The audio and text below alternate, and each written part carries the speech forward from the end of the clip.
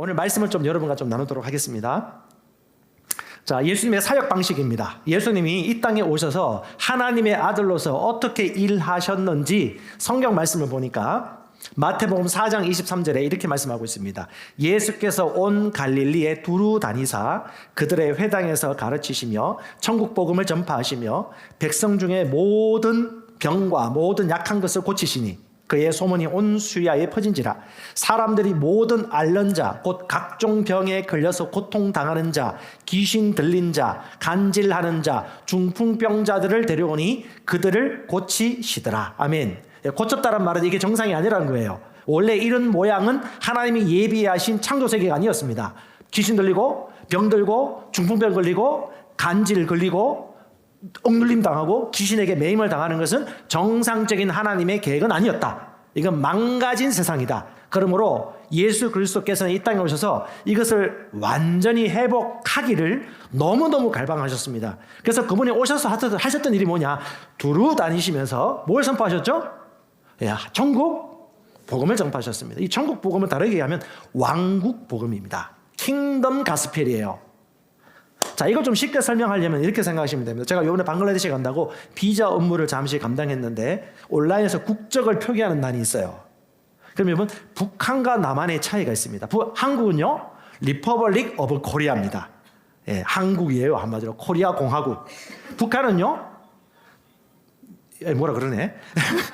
데모크래시 피플스 리퍼블릭 오브 코리아예요. 그러니까 북한이 아이러니하게 민주주의가 들어갑니다. 조선 민주주의 인민공화국. 딱 란이 나오는데 코리아가 나와. 코리아부터 찾았어. 수십 개 나라가 나오니까 코리아가 나왔는데 한 개는 디모크래틱, 하나는 리퍼블릭 오브 코리아. 딱 디모크래틱, 민주주의, 우리나라가 아닐까라고 생각하고 찌면 큰일 납니다. 북한 사람이 되는 거예요. 자, 북한 사람인 것과 남한 사람의 가장 큰 차이가 뭐예요? 권세와 권력의 지배를 당한다는 겁니다. 자, 북한에 태어난 사람은요, 북한의 인프라와 그들이 허용하는 범위 내에서의 삶을 살 수밖에 없어요. 남한에 태어난 사람은요, OECD 10위 안에 드는 위상과 민주주의의 권리를 쟁취하고 언론과 자유와 출판의 자유를 가지고 이 땅에서 살아갈 수 있죠. 그게 뭐예요? 권리, 권세, 나라 개념입니다. 예수께서 이 땅에 오셔서 십자가에 못 박혀 죽고 부활하신 그 사건 이전부터 뭘 선포하셨다고요? 왕국을 선포하셨습니다. 십자가에 못 박혀 죽고 장사되고 부활하시고 승천하시고 난 이후에 나중에 부활하셨습니다. 3일 후에 부활하신 후에 40일 동안 무엇을 가르치셨죠? 하나님 나라, 하나님의 왕국을 가르쳤습니다. 아멘. 왕국에 대한 지혜가 열리시기 바랍니다. 저는 이번에 방글라데시 가기 전에 뭘 묵상했냐면 복음서 사도행전 묵상하면서 자꾸 보이는 것이 예수의 죽으심과 부활이 보였고요. 그다음에 예수의 죽으심과 부활로 말미암아 이룬 게 뭐야? 이미 예언도 얻고 성취했고 가르쳐 주셨던 그거 뭐예요? 하나님의 나라가 임했다. 대한민국에 살고 있는 분이라면 이 말씀이 이해돼야 됩니다. 왕국이 임했어요. 그러므로 이것을 믿고 의식하고 동의한다라면 왕국이 보장하고 있는 합당한 권리, 권세 사용하고 누리는 것은 합법적이다. 아멘. 믿음의 차이예요. 보십시오. 왕국 복음을 선포하셨습니다. 그리고 뭘 가르치셨을까요? 왕국 복음과 그것으로 말미암아 일어난 일들을 가르치시고 모든 그 왕국의 권세를 알고 있는 사람이 겪는 결과 뭐예요? 모든 병과 모든 약한 것과 질병과 각종 중풍병자와 간질하는 자들이 자유함을 얻더라. 이건 뭐예요? 그 왕국의 권리를 알고 있는 자는 마땅히 누리는 것입니다. 아멘. 예수님이 이걸 위하여서 이 땅에 오셨고 그리하여 수많은 사람들이 질병과 율법의 저주와 어둠의 권세에서 건져내어지는 결과를 보고 다 모여가지고 주님을 따르기 시작했더라. 이것이 예수님이 하셨던 사역 방향이고 사역의 일들이었고 결과들이었습니다. 자, 그럼 제자들은 어떻게 했을까요? 자, 사도행전 10장 여러분 같이 읽어보십시다. 하나님이 나사렛 예수에게 성령과 능력을 기름 붓듯 하셨음에 그가 두루 다니시며 선한 일을 행하시고 마귀에 눌린 모든 사람을 고치셨으니 이는 하나님이 함께 하셨습니다. 우리는 유대인의 땅과 예루살렘에서 그가 행하신 모든 일의 증인이라. 그들이 나무에서 달아 죽였으니 하나님이 사흘 만에 다시 살리사 나타내시되. 아멘. 예수께서 하나님이 예수에게 성령과 능력을 기름 붓듯 하셨습니다. 왜요? 왜? 선한 일을 행하게 하시려고. 다른 말로 하나님의 왕국의 일들을 나타내게 하시려고 성령과 능력을 기름 붓듯 하셨습니다. 자, 저와 여러분들은 성령 충만하고 성령의 기름 부음이 있습니다. 하지만 이것이 나타나는 사람의 특징이 뭐냐? 선한 일을 하려고 현장에 가는 사람, 실행하는 사람, 헌신하는 사람, 시간을 결단하여 드리는 사람, 이 복음이 필요한 사람에게 입을 열어 증거하는 사람, 손을 얹어 기도하는 사람, 부부관계가 무너지고 자녀 교육이 무너지고 재정 문제가 어려워질 때 그 문제에 대해서 이가 복음이 필요하다라고 해서 직접 중보 기도하고 그를 찾아 만나고 수고하고 헌신하는 사람에게는 그 능력이 나타납니다. 아멘. 더 많은 지식이 필요한 게 아니고 더 높은 단계의 지식이 필요한 것이 아니라 작은 지식이라도 한 가지 두 가지라도 뭐 하는 거다? 들은 대로 행동하는 겁니다. 그때 뭐요? 성령과 능력의 기름 부으심이 더 많이 나타나고 활발하게 작용되기 시작합니다. 왜 선한 일을 행하셨습니까? 하나님이 선한 분이시기 때문에. 아멘. 선한 분은 선한 일들을 합니다.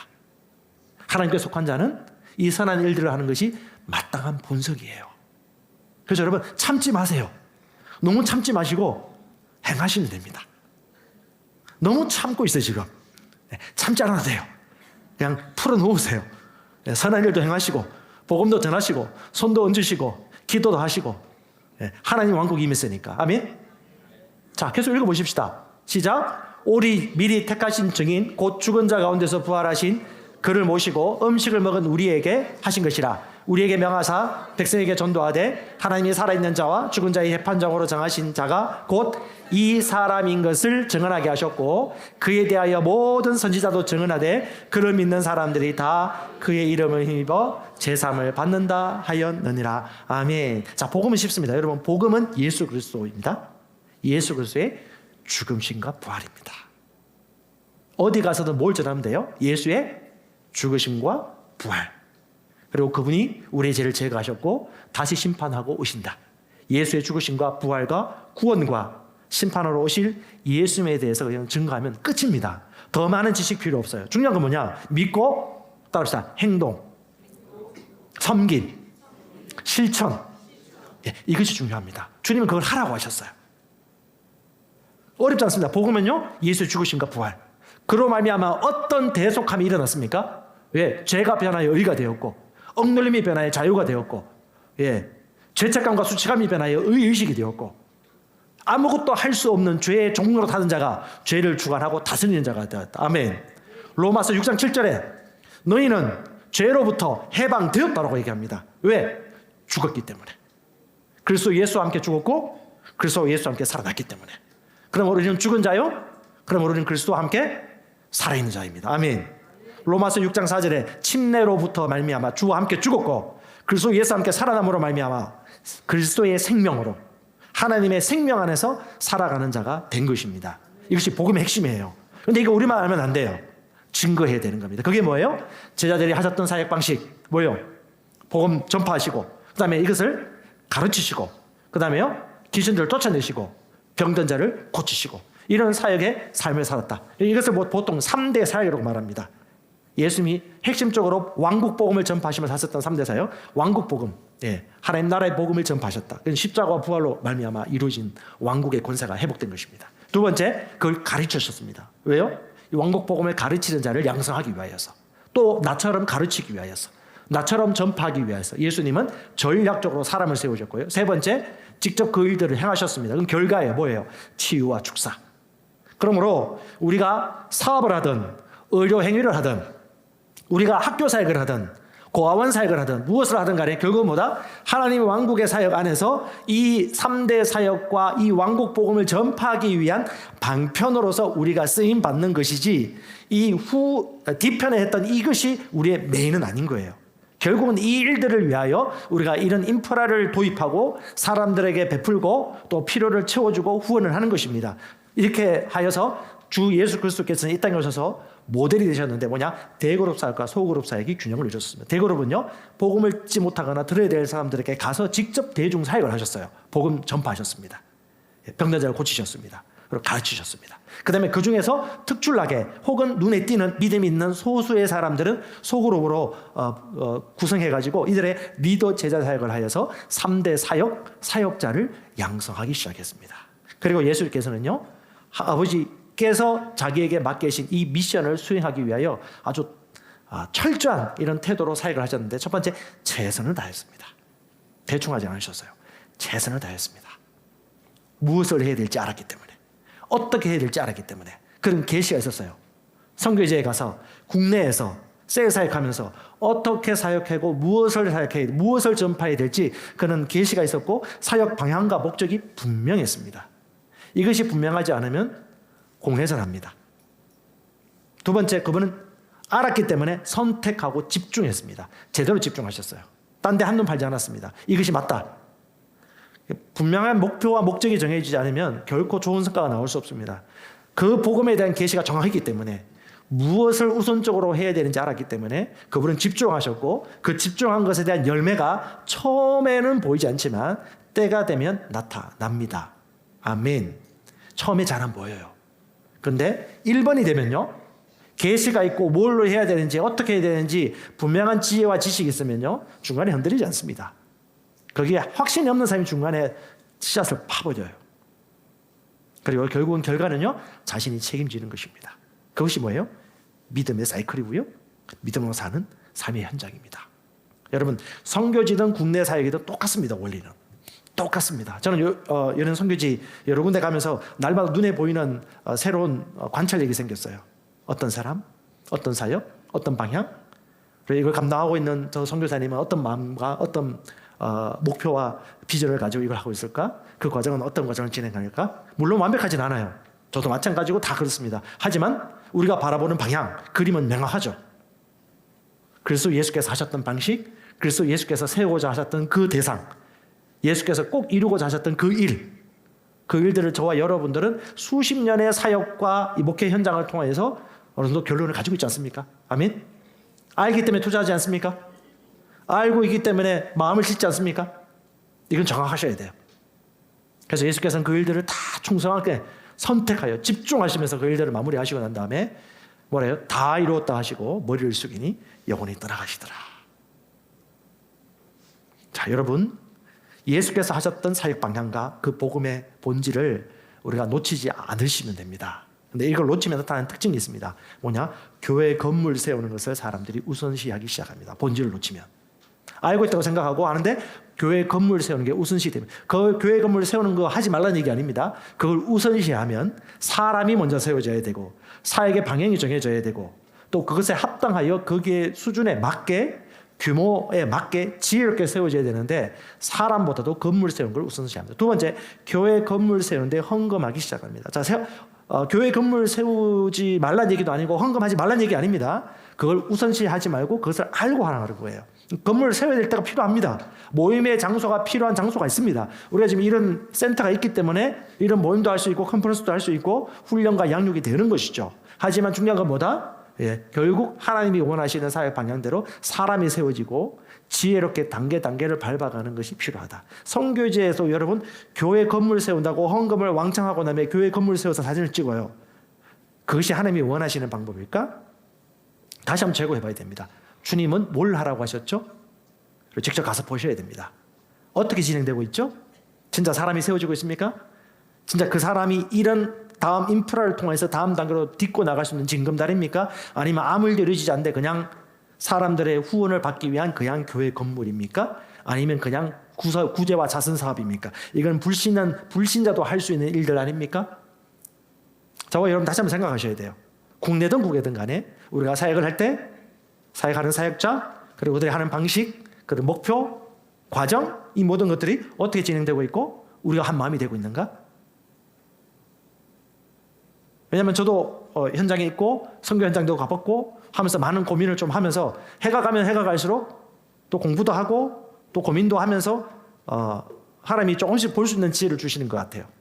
어떻게 하면 되어진다? 어떤 과정으로 가야 된다? 물론 내가 다 할 수는 없지만 그걸 할 수 있는 사람과 그걸 진행되는 과정, 중간 과정이 어떻게 해서 지금 잘 되고 있구나라는 걸 볼 수 있는 눈은 조금씩 생기는 것 같아요. 그래서 모이는 숫자가 많고 건물이 많은 것을 성공으로 착각해서는 안 됩니다. 100개 교회 세웠다? 예전엔 그게 통했어요. 왜? 몰랐기 때문에. 교회 건물 세운 것일 수 있어요. 네 번째, 예수님이 하라고 하신 방식의 일을 하지 않습니다. 가서 제자를 삼고 침례를 주고 가르쳐 지키게 하고 성경 받고 방언 말하도록 돕고 그들이 삶의 모든 분야에서 그리스도 예수의 삶을 살아가도록 성장과 성숙이 이루어지고 품위가 있어지고 사람들로부터 인정을 받게 되어지고 결국 제자가 세워지는 것입니다. 하지만 그걸 벗어나면 제자가 세워지지 않습니다.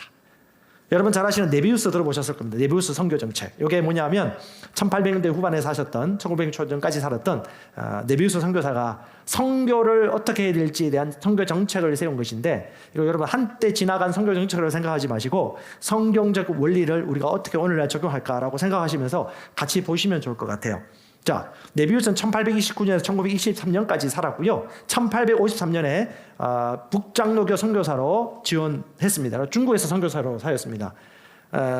실패했습니다. 약 965km 정도 왔다 갔다 하면서 복음 전파하고 예수의 사랑을 증거했는데 결국은 실패했다고 스스로 얘기를 해요. 근데 실패했던 이유가 뭐냐? 실패로부터 배우죠. 도전하지 않으면 실패할 수도 없고 실패하지 않으면 성공에 이룰 수 없기 때문에 배운 것입니다. 뭐냐? 수많은 자기의 선배 선교사님들이라든가 수많은 사람들이 사랑과 긍휼이 너무 많아요. 여러분 선교사님이나 복음사역자나 복음을 전하고자 하는 기독교인들은 대부분 선량합니다. 착합니다. 동정심이 많습니다. 긍휼한 마음이 막 철철 흘러넘칩니다. 저도 그런 사람 중에 한 명이고, 그렇기 때문에 놓칠 수 있는 게 있습니다. 뭐냐? 하나님의 방식, 하나님의 방법, 하나님의 시간표. 근데 보니까 어떻게 해요? 사랑하는 마음으로 섬기는데 라이스 크리스찬, 쌀 신자가 양성되는, 쌀 신자. 중국 사람들은 쌀을 먹으니까 돈을 주는데 돈을 먹고 그냥 거기에 직업적으로 따라갈 수밖에 없는 그런 신자가 생길 수밖에 없더라. 슈퍼맨, 선교사님이 슈퍼맨이 되는 거야. 이 선교사님이 재정을 본국으로부터 후원하지 않으면 이 사람들은 성장하고 성숙하지 않고 돈을 지원하면 하지만 돈을 지원하지 않으면 아무것도 하지 않는, 결국은 10년, 20년 해도 아무 결과가 없는, 그 결과를 경험하고 난 이후에 깜짝 깨닫고 난 이후에 선교 정책을 다시 세운 것이 바로 네비우스 선교 방식입니다.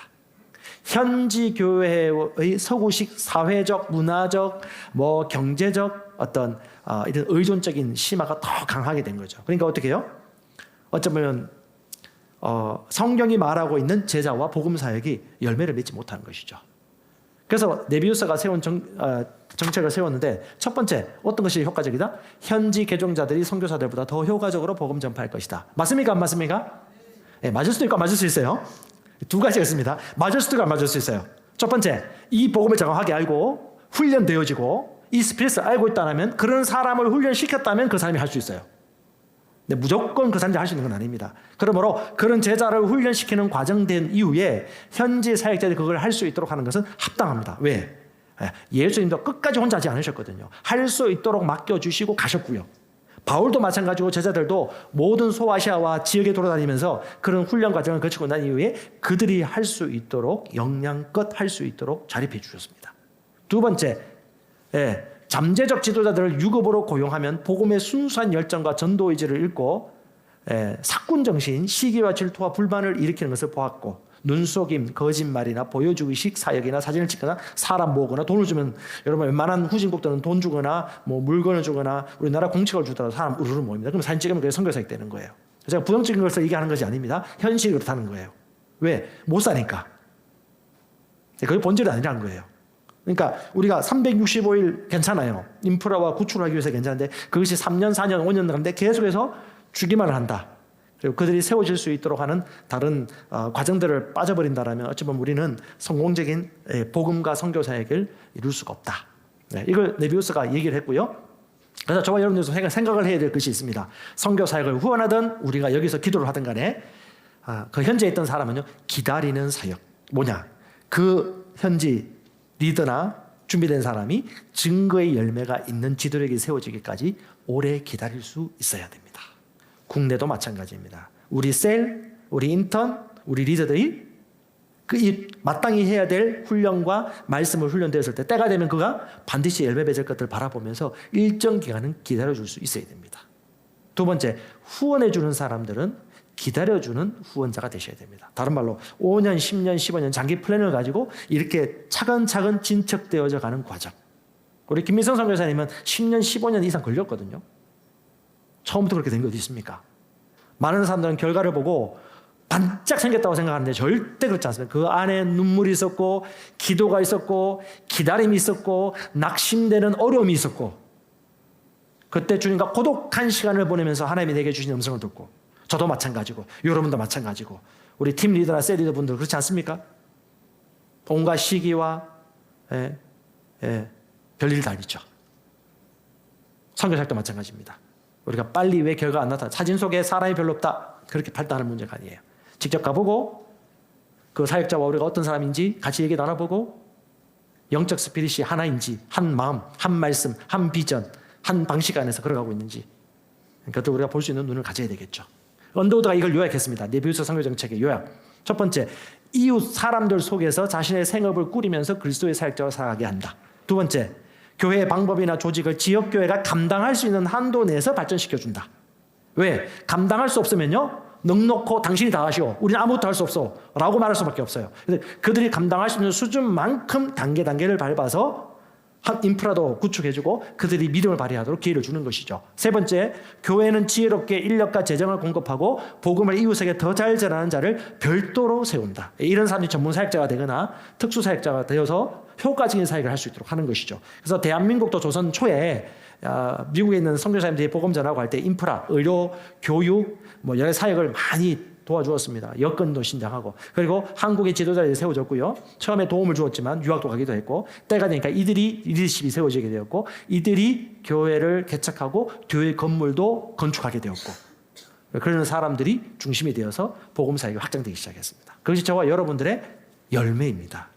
네비우스 선교사에게 너무 감사해요. 왜? 이 언더우드 선교사가 네비우스 선교사를 특별히 초청해가지고 훈련 받았습니다. 어떻게 하면 되겠습니까? 라고 해서 잘 전수받고 그걸 잘 베푼 게 우리 대한민국 선교의 바람이 물론 100% 완벽하지는 않지만 비판할 것도 있겠죠. 하지만 그럼에도 불구하고 그나마 가장 성경적이면서 효과적인 선교사역 그림들을 그릴 수 있었다. 그건 국내든 국외든 똑같습니다. 네 번째, 토착민들이 자체적으로 교회 건물을 세우되 그들이 감상할 수 있는 형태로 세운다. 10명 모이면 10명 모일 수 있는 장소, 20명 모이면 3, 40명 모일 수 있는 장소, 1000명이 모이면 2000명, 3000명 모일 수 있는 장소까지는 안 가도 되겠죠. 이제는 우리 유기적 교회와 또 그런 사역을 하다 보니까 더 이상 아주 많이 크게 안 세워도 될 것 같습니다. 빌리면 되니까. 중요한 건 뭐다? 우리는 이제 아파트에서 예배드리면 영어로 기도하기도 힘들고 하기 때문에 그런 공간이 필요하기도 해요. 하지만 그걸 지나치게 무리하게 할 필요는 없다. 그리고 예배당 세우면 알아서 사람이 세워진다. 이렇게 접근할 수는 없습니다. 사람을 세우고 하라고 하신 일들을 하면 자연스럽게 인도받습니다. 고백합시다. 시작. 누구든지 일하기 싫어하거든 먹지도 말게 하라. 자, 예수님이 하셨던 방식도 마찬가지고 제자들이 하셨던 일도 마찬가지고 이 원리를 여러분 기억하십시오. 공짜로 주는 거 계속하지 마세요. 공짜 인생이 됩니다. 공짜는 없습니다. 십자가가 있었습니다. 은혜로 믿었지만 그 또한 공짜는 아니었습니다. 예수의 값진 희생이 있었고 예수의 죽음에서 부활한 그 부활의 능력이 있었고 하나님의 값없는 사랑의 은총이 있었습니다. 아멘. 다 준다고 하나님의 사랑하는 것이 아닙니다. 책임지도록 선택하도록 희생 가운데서도 가장 소중한 것을 붙잡고 넘어지지 않도록 우리가 도와줘야 됩니다. 그래서 여러분 이걸 적용해 보십시오. 네비우스 선교 정책의 세 가지 핵심 키워드가 자립, 자치, 자전입니다. 자립은요 현지 교회의 정신적, 재정적 독립을 이루도록 한다. 자녀 교육도 마찬가지입니다.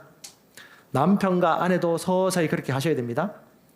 부모님도 마찬가지입니다. 잘 안 되면 도와줘야 되겠지만 그럼에도 이 원칙은 있다는 것을 기억하십시오. 자치, 현지 교회가 리더십을 스스로 키우도록 도와주는 것. 세 번째, 자전, 현지 교회가 스스로 전도하고 성장할 수 있는 것들을 그리고 한 걸음 한 걸음 나아가는 것. 스스로. 그래서 한국 교회도 마찬가지고 효과적인 성공적인 사역이 일어나는 곳의 핵심적인 공통적인 특징은 사도행전 20장 32절 뭐예요? 말씀 사역이 핵심입니다. 내가 누구인지, 내가 무엇을 할 수 있는지, 내가 어떤 존재인지, 내가 무엇을 소유하고 있는지를 알고 말씀대로 생각하고 말씀대로 선택하고 말씀대로 살아가는 것. 말씀대로 살아가는 자는 엉뚱한 말하지 않습니다. 말씀대로 살아가는 자는 말씀이 말하는 말을 말하기 시작합니다. 셀에서도 그렇고요, 해외에서도 마찬가지입니다. 기초로 돌아가시라고 한 이유가 그 얘기입니다. 안 되면 기초로 돌아가야 돼요. 안 되면 기초로 돌아가야 돼요. 이걸 교회에 적용하면요, 셀 멤버의 정신적, 재정적 독립을 위하여 우리가 수고하고 섬기는 것입니다. 셀 멤버가 서서히 자기 인생의 모든 분야에 있어서 리더십을 갖도록 말씀을 가르치고 훈련하는 것입니다. 셀 멤버가 스스로 전도하고 성장할 수 있도록 도와주는 것입니다. 개인 차는 있습니다. 시간의 차이가 있습니다. 하지만 그 그림을 장기적으로 보고 있기 때문에 우리는 현재의 고난을 견딜 수가 있습니다. 현재의 시기와 현재의 중상모략과 현재의 그 앙탈짐과 애교와 징징하는 것들을 우리는 믿음으로 바라보고 방향을 제시할 수가 있습니다. 그래서 여러분, 들은 대로 행하는 것이 주님이 일하시는 사역의 열매를 보는 길입니다. 자, 마태복음 28장 19절에 여러분 암송하셨으면 좋겠어요. 같이 암송합시다. 시작. 너희는 가서 모든 민족을 제자로 삼아 아버지와 아들과 성령의 이름으로 침례를 베풀고 내가 너에게 분부한 모든 것을 가르쳐 지키게 하라. 볼지어다 내가 세상 끝날까지 너희와 항상 함께 있으리라. 아멘. 가서 복음 전하고 가르치고 침례하고 주님 오실 날을 준비하며 살면 됩니다. 가십시다.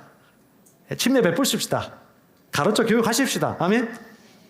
자, 그래서 여러분 사도 바울이 하셨던 일들은 특별히 어려운 게 아니에요. 잃어버린 영혼을 구원하는 것, 그리고 지역 공동체 교회를 세웠습니다. 이 두 가지 같이 가야 됩니다. 개인 핵심에만 몰려 있는 거예요. 그래서 여러분 우리가 온라인 예배드리라도 절대 혼자 예배드리는 거 오래 하지 말라고 하는 얘기 그 얘기예요. 결국은 주님은 개인 영혼 구원이 핵심이 아니에요. 개인 영혼 구원할 뿐 아니라 뭐 한다? 교회가 세워지고 서로 세우는 것. 다른 사람을 위해 줄 수 있는 삶. 그래서 여러분, 받는 자보다 주는 자가 사랑이 더 큰 이유가 하나님의 본성이기 때문에 이걸 자꾸 하면 할수록 배가 일어난 거겠죠.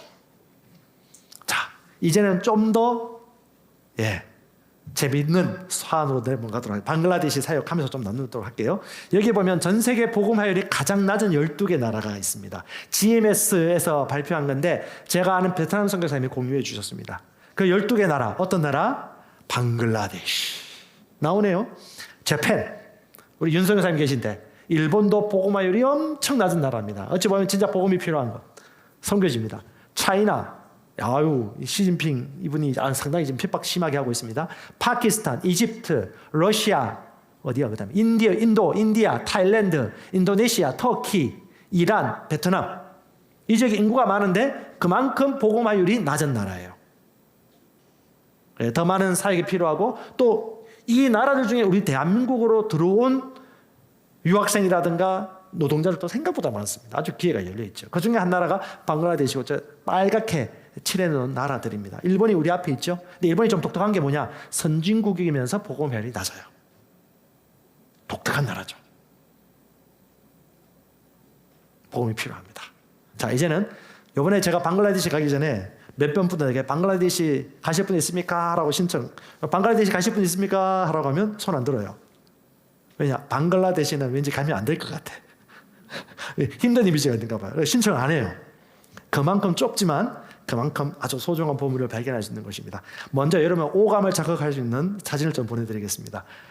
지금도 예전에 우리나라 60, 70년대 별을 직접 낫으로 다 뵙니다. 인력이 많아서 아주 사람이 많아요. 세계에서 인구 밀도 가장 높은 나라 어느 나라? 방글라데시입니다. 가장 인구가 많은 나라 이제 인도가 올라왔는데 방글라데시가 인도 옆에 있습니다. 오른쪽에 위에 파키스탄 그쪽에 있고요. 오른쪽에 미얀마가 있고요. 인구 밀도가 가장 높아요. 시골은 그나마 공기도 맑고 그래도 사람이 많습니다. 여전히 낫을 베고요. 그다음에 보리타작을 좋은 기계로 다다닥 하는 사람도 있는데 직접 이렇게 때려요. 그 더운데 직접 새벽 일찍부터 때려가지고 일하시는 분들도 있고 오른쪽은 집돼지입니다. 집돼지 새까만 집돼지. 전 처음에 멧돼지인 줄 알았습니다. 이렇게 집을 아주 자연 농법으로 그냥 키워요. 그냥 얼마 맛있겠어요. 병아리와 닭도 아주 그냥 삐약삐약하면서 그냥 널브러져 있습니다. 온 데다. 그러니까 자연 그 곤충을 먹으면서 아주 토종닭 따로 필요 없어요. 다 토종닭이야. 예, 다 이렇게 맛있는 닭과 유정란이라든가 계란을 마음껏 먹을 수 있어요. 오감을 자극하고 있습니다. 예. 예, 먹을 게 있어야지 가요. 예. 일부러 제가 이 사진을 앞에 넣었습니다. 예, 그다음에 이제 그 커튼 내린 데 보면 이 도룡뇽이나 도마뱀 요 새끼가 보인다. 아주 귀여워요. 그리고 이 오른쪽에 이게 뭐냐 하면 잭프루트입니다.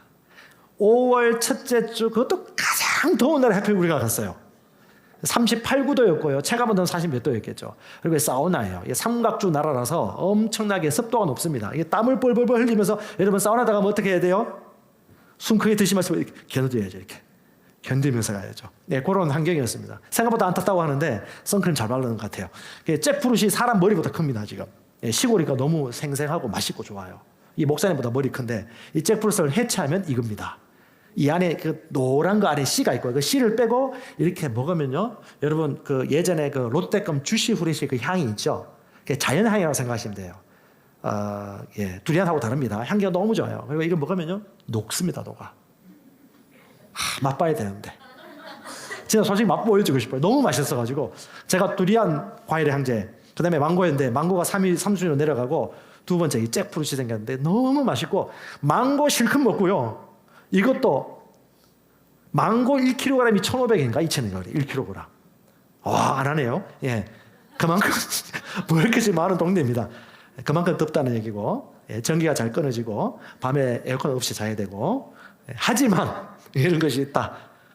예, 여기 학교입니다. 학교.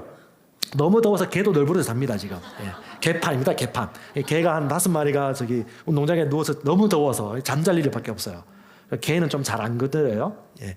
그다음에 저게 학교고요. 대한민국에서 후원한 그 교회가 있어가지고 10년 전 이상부터 학교가 세워졌습니다. 무상으로 교육시켜주고, 그다음에 좋은 거는 뭐냐면 소수 민족 아이들을 기숙사에 재우면서 교육할 수 있도록 길을 만드셨어요. 이 지역이 쇼키포라는 학교 동네인데 왼쪽은 그 운동장 끝에 있는 학교고요. 그 맞은편에 이 기숙사가 있습니다. 여기에 이제 선교사님이 주무시고 계시고 아이들 소수 민족에서 온 아이들.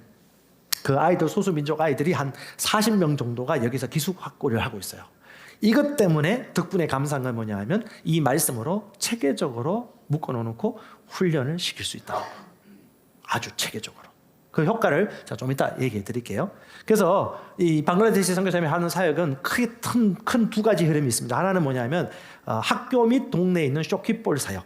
한마디로 학교 아이들을 훈련시키고 체계와 속으로 훈련시키는 훈련 사역이 있었고요. 두 번째는 그 지역 이외의 외부 3가지 도리잘라, 안디, 꼬야모다라는 동네에 가서 복음 전파하고 말씀을 크게 가르치고 치유하고 하는 복음 전파 사역하고, 그다음에 쇼키볼과 이게 학교 아이들은 늘 자주 보기 때문에 아침에도 보고 밤에도 보고 수시로 만날 수 있기 때문에 소그룹으로 예비된 아이들은 제자와 훈련시키는 소그룹 사역을 효과적으로 이 두 가지 큰 트랙 안에서 지속적으로 선택하고 집중하고 최선을 다하여 2년 안에, 이 복음한 지 2년밖에 안 되셨어요. 이 선교사님이 2년 안에 인생이 변했고 복음을 통해서 선교사에게 삶이 변화되어져서 2년 동안 줄기차게 이 사역을 하기 시작했습니다. 먼저 도리잘라, 예, 양철 집입니다. 엄청 덥습니다. 예, 사진하고 달리 엄청 더워요. 예, 찜통 안에 들어갔다고 생각하시면 됩니다. 저기 안에 그 시흥복동교회 목사님이 말씀 복음 전했습니다. 통역하면서 짧게 복음 전하시고 성도들이 듣고 그다음에 치유 사역하고요. 예, 복음 전 나오십시오. 다 칭칭 감았죠.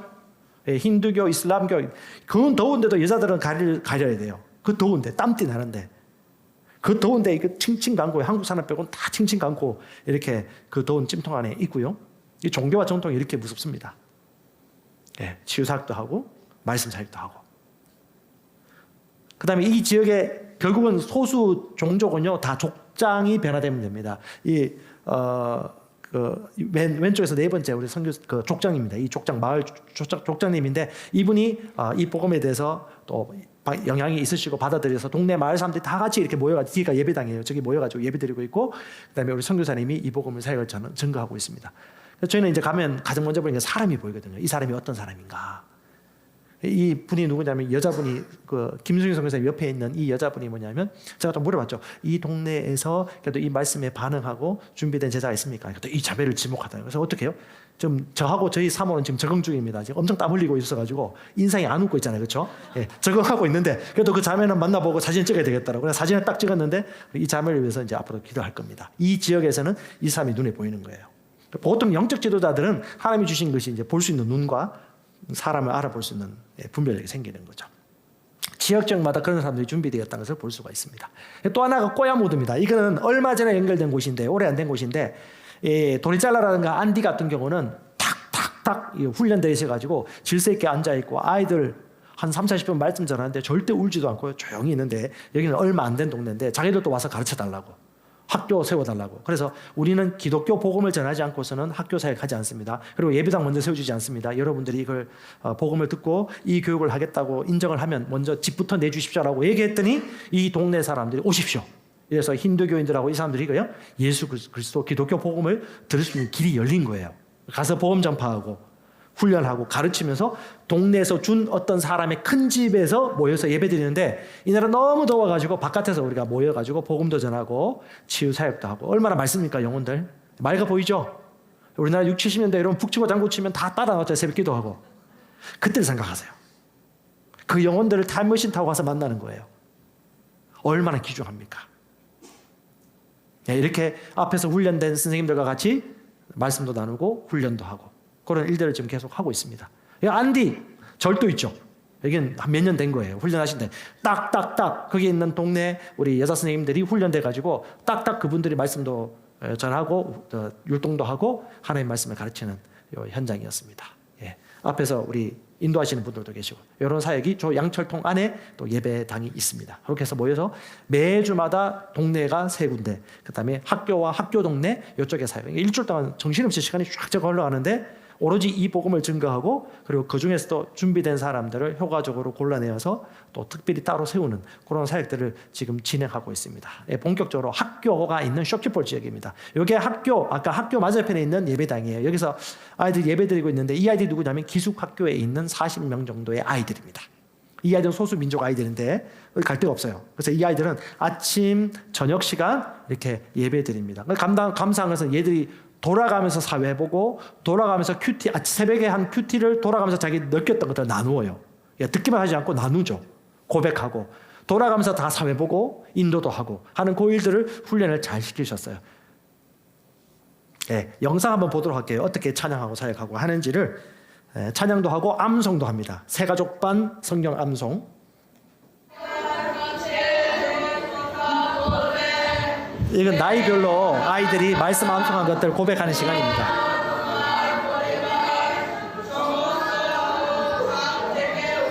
이걸 매일매일 하는 거예요.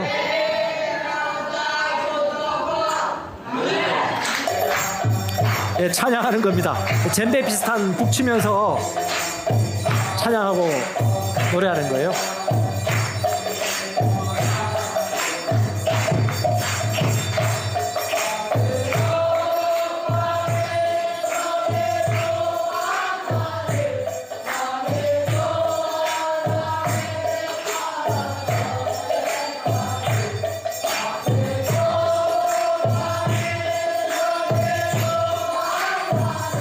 남자들만 기숙사 생활을 하고 있습니다. 남자들 지금 훈련시켜서 일들을 하고 있는데요. 참 놀라운 것은 PPT 좀 올려주세요. 우리 선교사님 2분이 가서 이제 이 말씀의 새가족반 내용들을 말씀 고백하도록 하고 나는 영이며 혼을 가지고 몸 안에 살고 있다는 것을 계속해서 가르치고 성경 암송시키고 훈련 들어오자마자 중학생 1학년 때부터 들어오자마자 그걸 훈련을 계속해서 시켜요. 주 7회 이상 아침 저녁 준비된 아이들은 개별적으로 만나기 시작합니다. 그 중에 어떻게 해요? 구비되어지고 훈련된 눈에 띄는 아이들이 있죠. 이런 아이들을 훈련시키기 시작하는 겁니다. 여러분 선교지에서 하나님 말씀에 사로잡힌 믿음의 사람 1명 내지 2명 자국인 지도자를 세우면요 웬만하면 성공합니다. 근데 그걸 잘 못하고 있어요. 왜? 초점을 안 맞추기 때문에. 이 왼쪽 사진은 뭐냐 하면 아이들 때가 되면 새가족반 성경 암송한 걸 시험 치는 시간입니다. 시험. 얼마나 빡듯하게 훈련시킨지. 이 선교사님이 어린이 전도협회 출신이거든요. 이 군에게 열정이 너무 많아요. 한국에서도 잠시 들어오면 쉬지 않고 청주에 이곳에서 이 복음 전하고 엄청나게 성경 받고 방언 말하게 하고 열심히 하셨던 분이 내기도 얼마나 열심히 해요. 애들 성경 하면서 이렇게 시험 치니까 안 외울 수가 있나. 딱 얘기하면 네, 나는 그리스도 환경 공동상속자입니다. 성경 암송 주소를 딱 얘기하면 쫙 나와요. 방글라어로. 나 신기했어요. 어떻게 그렇게 된 거죠? 훈련했죠. 그냥 하면 나옵니까? 그렇죠? 훈련했던 거죠. 이 오른쪽 두 명의 친구랑 우리 숙소 앞에서 찍은 건데 우바시하고 샨또라는 친구입니다. 이 샨또라가 이번에 칼리지 들어갔는데 그 다카 수도에 가서 공부를 하더라도 생각보다 경쟁력도 높고 또 국가 인프라가 좀 낮아가지고 취업도 생각보다 쉽지 않고 잘 되는 친구가 많이 없어요. 근데 이 친구는 이 복음의 사역에 자기가 헌신하겠다 해서 이제 지역 칼리지를 가가지고 지금 동네 다니면서 복음 전하는 거 같이 따라다니면서 배우고 있어요. 근데 감사한 건 옆에 있는 우바시라는 애가, 이 아이가 1살 어린애인데 얘가 롤모델을 삼고 있는 애가 옆에 있는 샨또라는 아이예요. 걔 옆에 가면서 똑똑해 애들이 공부도 잘하고 배우면서 자기도 학교 내지 교사 내지 복음 전파자 되고 싶다고 해서 훈련받고 있는 애들인데 이 젊은 청소년들이 주는 대로 받아먹고 또 지금 가장 아무것도 없는 이때에 이 복음의 계시를 선지식으로 받아들이니까 너무 맑고 깨끗하고 훈련이 되고 있는 거죠. 어른들보다도 효과적으로 이렇게 훈련되고 있는 것입니다. 그래서 이 아이들 따라다니면서 동네에서 하는 사역도 직접 같이 연계해서 보고 어떻게 하는지 같이 배우고 그 과정을 계속 보내고 있고요. 그 다음에 이 샨또란 친구는 신입생이 17명 들었는데 그 17명은 다 둥글게 모아가지고 학교 생활을 어떻게 하고 어떻게 믿어야 되고 어떻게 하나님 믿어야 될지 이걸 훈련하고 가르치는 것을 직접 아이가 아이들에게 하고 있고요. 이거는 우리가 성령 받고 방언 말하는 사역을 우리가 거기서 하면서 5명을 추렸습니다. 5명이 되면 깜쫑, 우쪼몽, 샨또, 빠링, 우바시. 이름이 어려워요. 저도 못 외우겠어. 딱 2개만 외우고 있는데 이 5명의 아이들 눈여겨보세요. 그리고 이 아이들이 앞에 나와서 성령 받고 방언 말하도록 했는데 그때 영상 한번 보여주세요. 이 아이들이 성령 바로 막 3초, 5초 만에 다 성령 방언으로 하긴 했는데 이번에 하면서 좀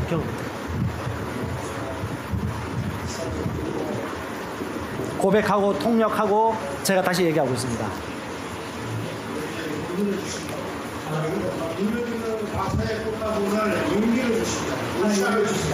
기도하니까 용기를 주신다고 하나님께서.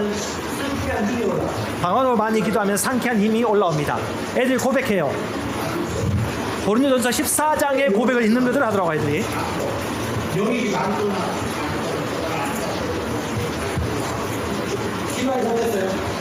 기도하는 거 어땠냐요? 물어보니까 내가 잘 알지는 못하겠지만 내 속에서부터 기도하는 것 같아요. 뭐 이런 식으로 얘기를 해요. 그러니까 고린도전서 14장에 있는 말을 다른 표현 없이 그 표현으로 하고 있어요. 안에서 밖으로 나오는 것을 설명하고 있습니다. 머리로 기도하는 것이 아니고 내 영어로 기도하는 것입니다라고 설명하고 있습니다. PPT 올려주세요. 거기에 있던 저희 목사님 네 가정이 깜짝 놀란 게 뭐냐 하면 이게 하나님의 말씀을 선포하면 한국어로 방글라어로 통역하시는 분이 통역도 하기 전에 얘들이 성경 말씀을 먼저 얘기하고 그다음에 자기가 느낀 바를 성경의 언어로 표현하는 거. 제가 깜짝 놀랐어요. 한국에서도 그렇게 안 하거든요. 근데 이 아이들 재료가 말씀이다 보니까 자기가 느낀 바를 표현하는 언어가 뭐냐면 성경의 용어를 그냥 자연스럽게 쓰더라고요. 그걸 보면서 제가 느꼈습니다. 야, 이것이 진짜 마음과 환경과 훈련의 차이구나. 한국도 그렇게 하면 될까 안 될까요? 되지. 근데 에어컨이 너무 빵빵해. 핸드폰 볼 게 너무 많아. 이렇게 훈련하라면 안 하려고 그래요. 그래서 이 5명 딱 만나서 저하고 아내 만나 숙제를 줬습니다. 얘들아, 오늘부터 우리가 1년 후에 또 올 거다. 하루에 30분 이상 오늘 했던 방언기도 꾸준히 해라. 그 다음에 1년 동안 몇 명의 복음 전할지 지금 숫자 정해라. 숫자 딱딱딱 얘기해가지고 내년에 올 때 점검할 거다. 그 다음에 여기 있는 2분의 선교사님을 하나님 다음으로 하나님은 사람을 통해 일하시니까 이분들의 코칭을 잘 받고 지도를 잘 받고 성장해라. 1년 후에 돌아오겠다. I will be back. 제가 영어로 한마디 딱 남기고 멋있게 뒤로 나왔습니다. 우리가 기도할 게 뭐냐면 결국 사람이죠. 이 영혼들 실패할 수도 있고 성공할 수도 있습니다. 하지만 시도하지 않고서는 아무것도 할 수 없는 것이죠. 근데 너무 감사했던 것은 우리 두 선교사님이 이 말씀의 결론이 나고 이 복음의 관점으로 소그룹과 대그룹 사역을 하면서 확장하고 엄청 바쁘게 살고 계시더라고요. 여러분, 이것이 우리 영혼 사역입니다. 다른 것이 아닙니다. 생명을 받은 자들이 생명을 통해 삶이 변화되어지는 것이죠. 본대로 배우고 하는 대로 옆에서 관찰하고 그대로 따라하고. 저도 성령 받고 방언 말하는 거 예전에 송기성 목사님이 컨퍼런스 때 한번 앞에서 하는 걸 보고 저렇게 하면 되는구나라고 바로 벤치마킹 해가지고 바로 하기 시작했어요. 그래서 100점 100승. 입 안 여는 딱 한 사람 빼고는 100%다 하면서 경험을 하게 되어지면서 수많은 사람들이 성령 받고 방언 말하는 현장을 경험했거든요. 본대로 아이도 똑같이 본대로 하는 것입니다. 그 다음에요, 그렇게 하는 사람들이 점점 늘어나고 두세 사람이 모이면요, 신사역 공동체가 모여지는 거죠. 두세 사람이 같이 모이고 함께 하는 것입니다. 성경에 너희는 건물이라고 말합니다. 하나님의 건물, 연결되어 있다는 거예요. 하나가 무너지면 영향받습니다. 힘써 모이라고 말합니다. 그래서 교회는요, 혼자 신앙생활 하는 게 아닙니다. 혼자 공부하는 거 아닙니다. 혼자 자기 개발하는 게 아닙니다. 사랑하고 나누고 후원하고 베풀고 함께 세워지고 같이 기뻐하고 같이 고난에 참여하고 같이 기도하는 게. 그래서 에브라임 밀럽이라든가 슈투트 머레이는 이렇게 얘기합니다. 신약 성경은 그저 개인의 회심에만 몰두하는 전도 전략을 별로 지원해 주지 않는다. 바울은 단지 개인 전도자들과 달리 악을 버리라는 개인적인 도전을 최우선에 두지 않고 하긴 하지만 그가 전하는 복음에 반응하는 사람들의 공동체 세우는 것에 주력했다. 프랭크 바이올라는 크리스찬 공동체를 세우는 것이 하나님의 영원한 목적을 이루는 것이다. 그러려면요, 그 한 사람이 필요하죠. 저는 이제 선교지에 가거나 국내도 마찬가지고 사람이 보입니다. 이 사람을 세울 사람, 이 사람을 통해서 세워질 사람, 한 사람 한 사람. 예수님은 복음을 전파하셨고 그런 사람을 훈련시키셨고 가르쳐 지키게 하라 하셨고 디모데후서 2장 2절에는 그걸 4세대까지 이루라고 말씀하셨습니다. 이런 어려운 게 아닙니다. 뭐예요? 하라고 한 대로 하는 것입니다. 본 방식대로, 그 예수님의 방식대로 사역을 하는 것이고 그 방향을 놓치지 않는 것입니다. 풀어놓으십시오. Do what you hear. 들은 대로 행하는 거. 주님 매일 말씀하십니다. LTG도 마찬가지. 왜요? 듣기 위해서 하는 겁니다. 그분과 교제하기 위해서 하는 것입니다. 훈련하는 것입니다.